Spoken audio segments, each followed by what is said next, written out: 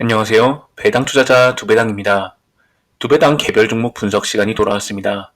지난 리얼티인컴 영상 반응이 좋아 배당 투자를 하시는 분들이 ETF뿐만 아니라 개별 주식도 선호한다는 것을 알 수 있었습니다. 2025년에는 시장을 이길 수 있는 개별 종목, 즉 두배당 주식을 많이 발굴해서 여러분들께 소개드릴 수 있도록 노력하겠습니다. 오늘은 두배당이 현 시점 가장 좋게 보는 배당 주식, 현대차 우선주에 대한 영상을 준비했습니다.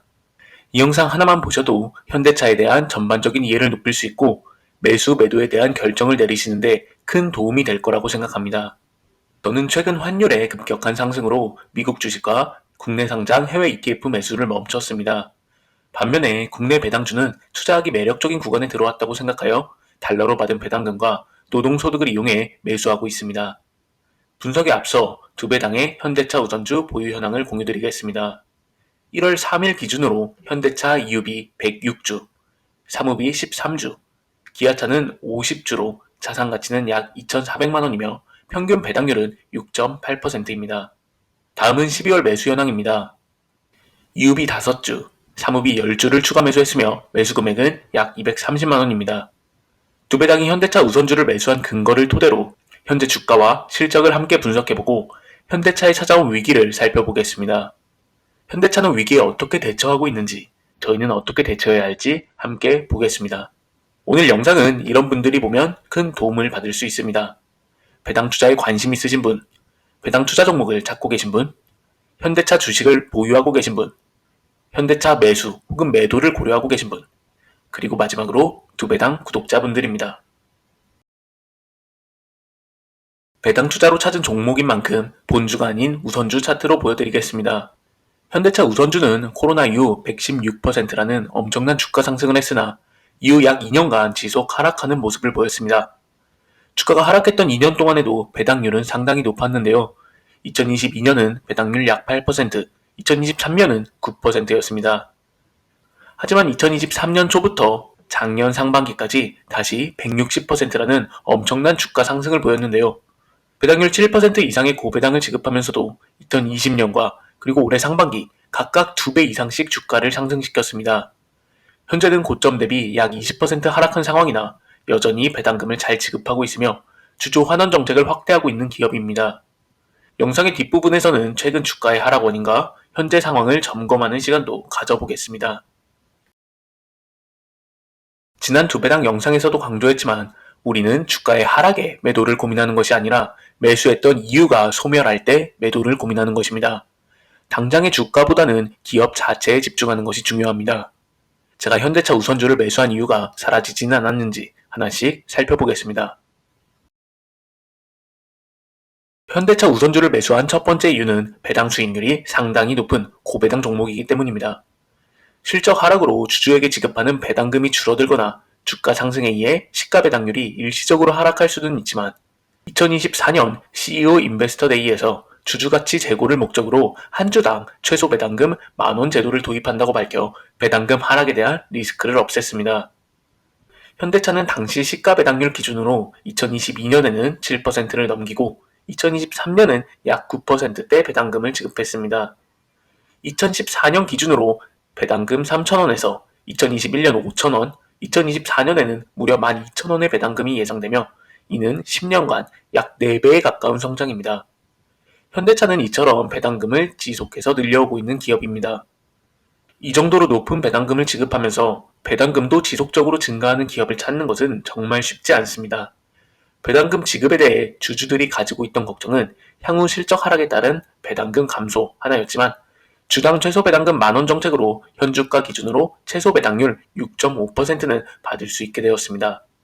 안정적이고 예측 가능한 수익을 원하는 배당 투자자들에게 큰 매력으로 작용하고 있습니다.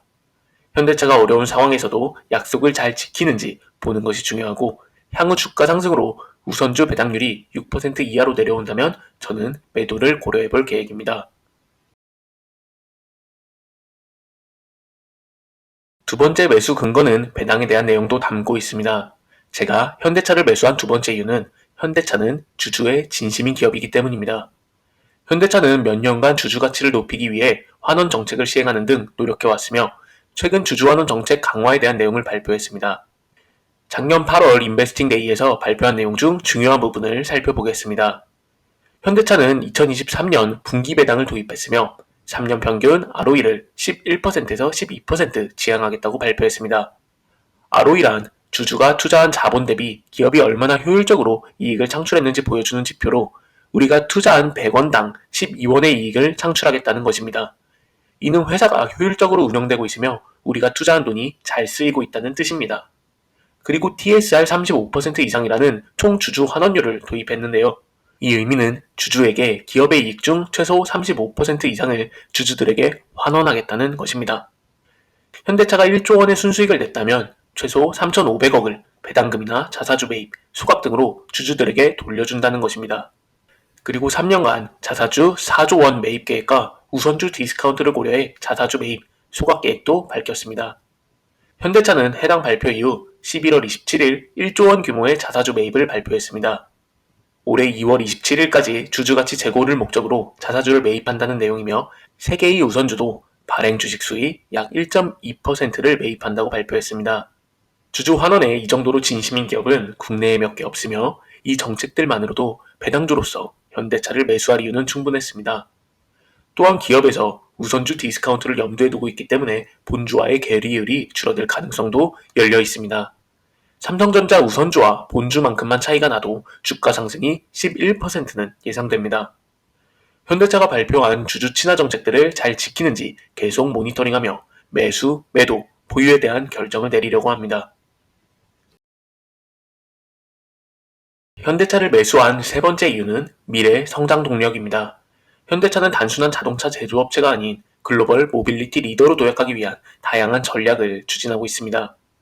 R&D 투자 계획을 적극적으로 늘리며 10년간 무려 120조 원의 투자 계획을 발표했습니다. 좀 더 자세히 투자 계획을 보겠습니다.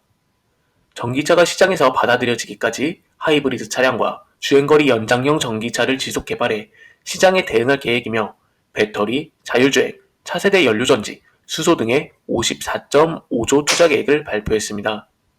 이뿐만 아니라 배터리 회사들과 합작회사 설립, 로보택시, 슈퍼널 항공 모빌리티, 수소 밸류체인 등 미래사업 투자에도 14.4조 원을 투입할 계획입니다. 또 하나 기대되는 것은 로봇 분야입니다. 현대차는 2020년 보스턴 다이나믹스를 인수하며 로보틱스 분야에 본격 진출했는데요. AI와 로보틱스 융합 기술, 로보틱스와 모빌리티를 접목해 자율주행과 미래 모빌리티 서비스와의 시너지를 구축하고 있습니다.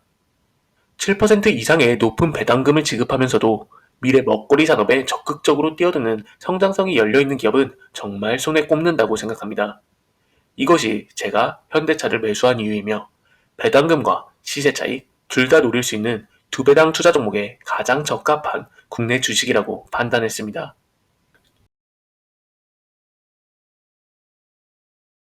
두 배당이 현대차를 매수한 네 번째 이유는 실적입니다. 저는 기본적으로 실적이 상향되지 않는 기업에는 투자하고 있지 않습니다. 그럼 현대차의 실적을 살펴보겠습니다. 2020년 코로나 영향으로 매출이 급감했으나 2021년 반도체 부족에도 불구하고 SUV와 전기차 판매 호조로 실적을 개선했고 아이오닉5 출시로 시장 점유율을 확대했습니다. 2022년에도 판매 강세와 환율 상승 효과로 최대 실적을 달성했고 2023년과 2024년에도 계속된 상승을 보여주고 있습니다. 저희가 이상적으로 생각하는 실적을 만들어내고 있는 기업입니다. 작년 실적을 자세히 보겠습니다. 2024년 2분기 매출액 45조, 영업이익 4조 3천억 원으로 분기 기준 역대 최대 실적을 달성했습니다. 3분기에도 역시 약 43조의 매출로 3분기 기준 최대치를 기록했지만 영업이익은 작년 동기 대비 감소했습니다. 그 원인은 북미 지역에서 발생한 그랜드 산타페 엔진의 보증 연장 조치로 약 3,200억 원의 충당금이 3분기 실적에 반영됐기 때문입니다. 현대차와 주주들에게 안 좋은 소식이나 장기적인 비용이 아니라 일회성 비용이기 때문에 4분기 영업이익은 정상으로 돌아올 것입니다. 1년 4개 분기 중 3분기는 자동차 판매량이 가장 좋지 않은 비수기에 속합니다. 하지만 4분기는 연말에 모델 연식 변경 등을 앞두고 기존에 있던 차량을 대거 소진하면서 판매량이 증가하는 성수기를 맞이합니다. 그렇기에 4분기 실적은 연말 할인 및 프로모션으로 글로벌 판매량 증가, 그리고 원달러 상승으로 좋게 나올 것으로 예상하고 있습니다. 환율 효과의 경우 환율 10원 상승 시 약 2천억 원의 영업이익 효과가 발생할 것으로 예상하고 있습니다. 현대차는 코로나 이후 꾸준히 좋은 실적을 달성한 기업입니다. 3분기 영업이익 감소와 피크아웃에 대한 우려가 있지만 4분기까지 좋은 모습을 보여줄 것으로 예상하고 있어 문제는 없어 보입니다. 그럼 다음으로 넘어가 보겠습니다.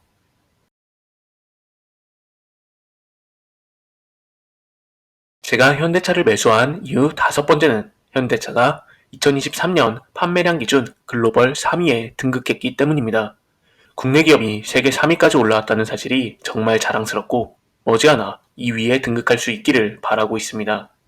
실제로 두 기업의 격차는 150만 대 수준으로 축소되었고 글로벌 전동화 전환 과정에서 폭스바겐이 내연기관 차량 판매 감소로 어려움을 겪는 반면 현대차는 전기차와 하이브리드 전환에 성공하는 좋은 모습을 보여주고 있습니다. 현대차가 글로벌 2위가 되는 과정에서 국내외 투자자들의 관심을 받을 것이며 당연히 주가 상승의 결과로 이어질 것입니다. 현대차가 글로벌 2위가 된다는 사실이 현실로 와닿지 않을 수 있습니다. 제가 몇 가지 가능성을 말씀드리겠습니다. 현대차는 미국 시장에서 빠른 성장을 보이고 있습니다. 관세에 대한 불확실성이 남아있지만 판매 대수에는 영향이 크지 않을 것으로 보여집니다. 특히 인도법인 상장을 통해 인도 시장에 대한 투자를 강화하고 있어 인도 시장에서의 판매 증가가 기대되고 있고 전기차 시장에서도 계속해서 좋은 모습을 보이고 있습니다. 미국 전기차 시장에서는 점유율 10%에 육박하며 테슬라에 이어 2위를 차지했습니다. 반면에 현재 2위인 폭스바겐에는 최근 많은 위기가 찾아왔습니다. 주력 시장인 중국에서 판매 부진을 겪고 있습니다. 중국 시장 내 가격 경쟁 심화로 외국 기업뿐 아니라 자국 기업까지 살아남기 힘든 상황에 직면했습니다.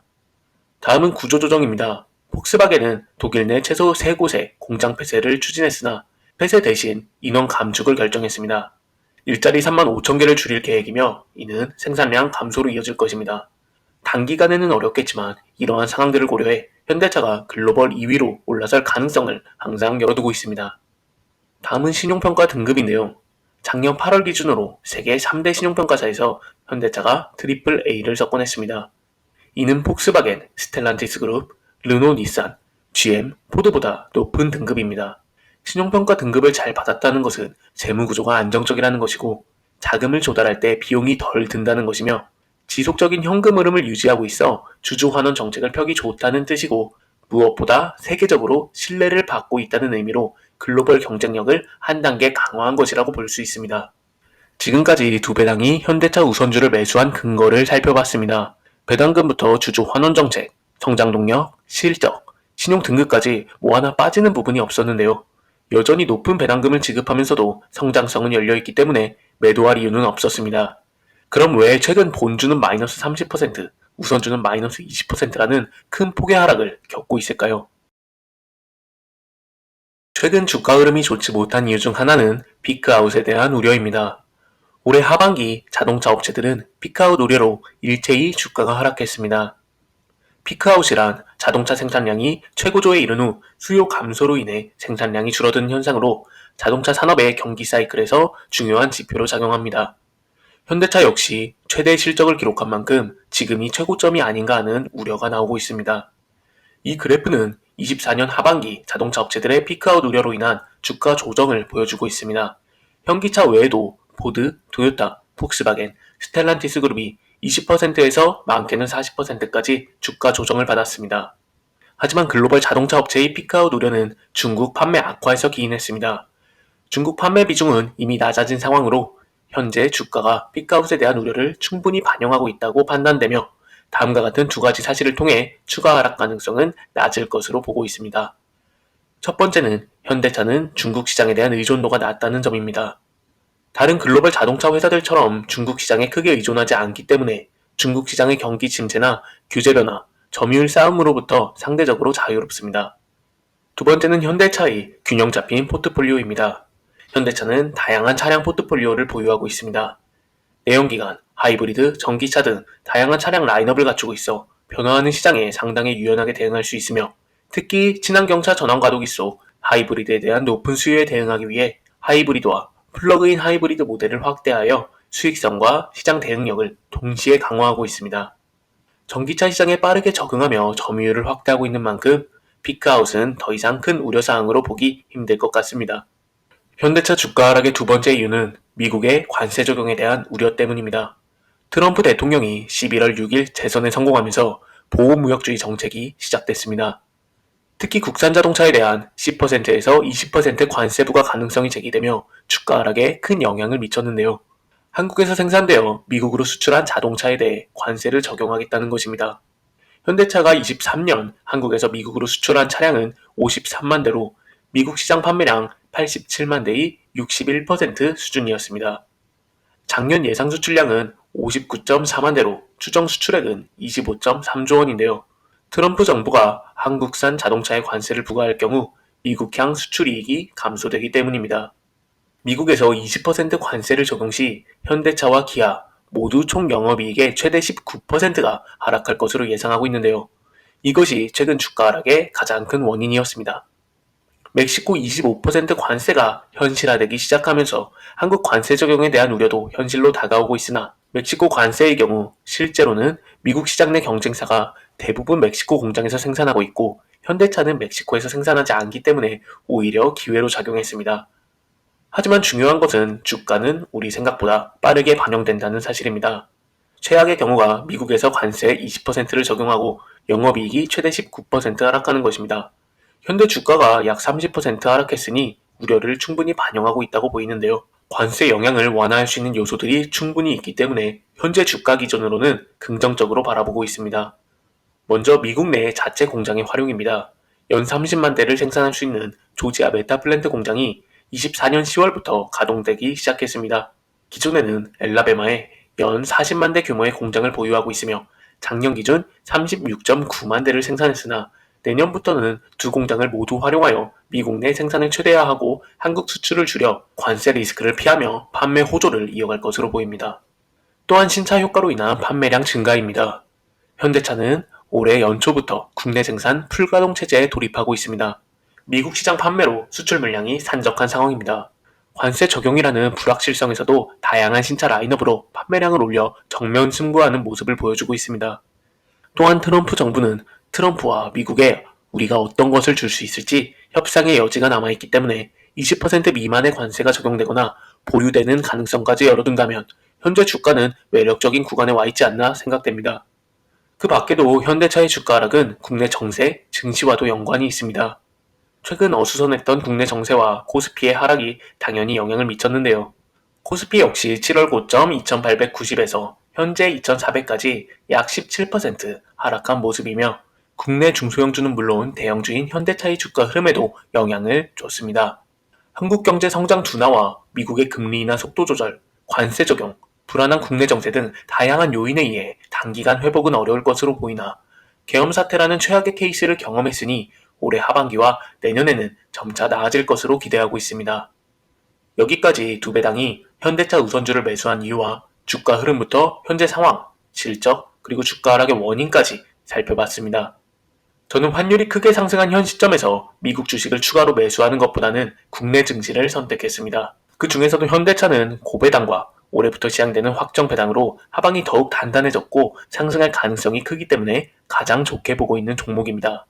현대차에 대한 새로운 소식이 생기거나 두 배당이 추가 매수, 매도한다면 커뮤니티를 통해 소식을 공유드리겠습니다.